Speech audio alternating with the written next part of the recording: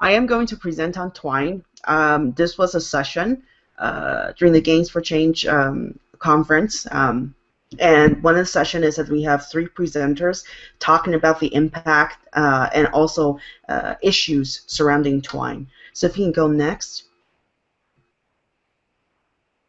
Okay, so really quickly, Twine is an interactive fiction authoring tool.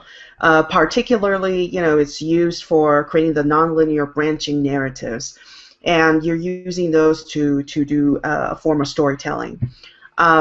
And I didn't mean to have that words cut off there, but essentially right now a lot of developers are using Twine to create games that don't really fall under what commercial or conventional version of what games are. So they make some innovative stuff through Twine. Okay, so I think we can go next. All right. So I'm going to go over some of the arguments that the speaker has presented, and I will reflect on some of those arguments according to my own practices with using Twine in my classroom. But one of the arguments is that Twine helps advocate communities, okay? So the general consensus is marginalized individuals are using Twine for self-expression and for connecting with others and forming communities. Now, Naomi Clark, who is also a teacher, she teaches game design, said that her interest primarily with using Twine is she wants to introduce Twine to women and minorities in STEM fields. And I think most of us know that in STEM fields there's not a lot of women, and minorities are starting to starting to form in those communities. But she wants to use Twine to invite more women and minority into STEM. And also, interestingly, she also pointed out that Twine is for sharing and the co-construction of new knowledge. So in the sense that when you make a Twine game and you share with your fellow members, you are sharing knowledge as well. So she's interested in Twine in that sense. So we can go next. Okay. Now, there's also a problem with game labels, and this is what Maricopas pointed out. And Maricopas is a game designer, and I think in the video she said that she made 12 games using Twine. But she has a problem particularly with Twine games that are being labeled as empathy games or queer games. And she made this game called Empathy Machine, which is actually a challenge of this idea that you can actually, well, let's define empathy, right? In the traditional sense that empathy is the idea that you are able to connect through that person's experience by living in their shoes, if you will, okay? But Maricopas is challenging this idea, which is, can you actually really live in someone else's shoes? You're not that person. So all you are really experiencing is trying to understand that person, but you can't really be in their shoes. So she made this entire game challenging this idea of calling games as empathy machines, okay? And she wanted to also a point that she made is that we really need to respect that games, or what we call empathy games or queer games, are really forms of self-expression. So next. Okay, so here's another big theme from the session, which is the idea about Twine as an accessible tool. So most of us think of Twine, as, at least for us who have used Twine, Twine is fairly easy technically. So if you're not a programmer or you don't understand programming in an advanced stage, Twine is not as intimidating because you don't really need to know programming to use Twine. But this idea, and let me go over what they said first. So Austin Walker said that often heard Twine allows platform for marginalized voices. However, the impact of Twine is not just for Twine consumers, but for Twine developers. So for Twine consumers, they get to play these innovative games that doesn't fit in the traditional sense. And also for Twine developers, well, what does a developer do? They create games. But if you open up this kind of tool for the mass consumer, many consumers can become developers themselves. That's why it's revolutionizing.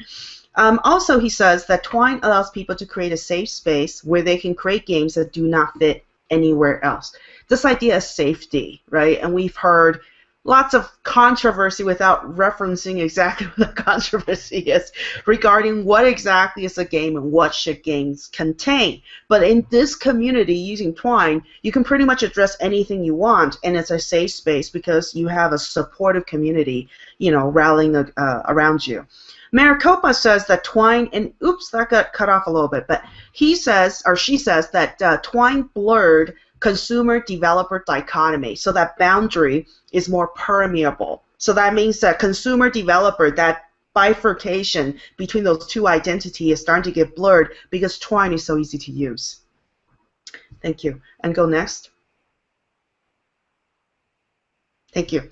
So, on accessibility. So I framed this as thoughts about accessibility. And what they are talking about, though, is when we are saying accessibility, is it really enough just to call something accessible because it is technologically easy to use? So there are three major complaints by the three speakers, okay? So Nolan Clark points out that, first of all, when she's teaching students using Twine, she is asking them what exactly are skills that are important to have before one can actually get started on Twine. And she is basically referencing not just technical skills, but the idea of how to design a story, because storytelling is not just creating branches, and it's not just creating options or choices, but there's a whole art behind how to make stories, okay? She also asked, what kind of skill does a novice or student need to know, right, or understand before they can make something good? So this concept of good, that's a whole other conversation, which is what exactly is a good Twine and what exactly is a bad Twine. So she wants to open up that conversation about accessibility there. So if we can go next. Okay. Now, Maricopa's, she says that, well, here's an obvious point that most of us didn't think about, but I'm glad that Maricopa's brought this out. She says that majority of Twine games are written in English, so obviously if you don't read English, you can't play the Twine games. So she believes that in order for us to make the game even more accessible, we really need to open it up beyond language barriers. So there should be translations or invite other speakers to start making Twine games. So if we can go next. Okay, thank you. Austin Walker brought out, and I really love his arguments here because he's from the humanities side, okay? So there are other concerns that we're thinking about, which is this is a humanities, professor's thinking, right? So what are the conditions in which I've been pushed through to make this tool good for me? So all of us, we have certain conditions. So conditions are taught to us either through people we associate with, through our childhood, and so forth. So these conditions allow us to do certain things in the world. So he's asking us to say, wait, we need to ask, what exactly are those conditions that makes things easy for me? Second is, what are those conditions available for other people? So if it's available for me, are those same conditions available for other people? And if they're not, what are the conditions that are not available? And lastly is the conditions of reception. So reception is how we receive the text and how we judge as good or bad. So he brought out another conversation, which is, well, what we consider as good literature, especially in America, right? We are basing this on European Anglo-Saxon version of what good literature is. So if you're judging the Twine games based on Anglo-Saxon or European standards of what good is that really fair? Okay, so if we can go next.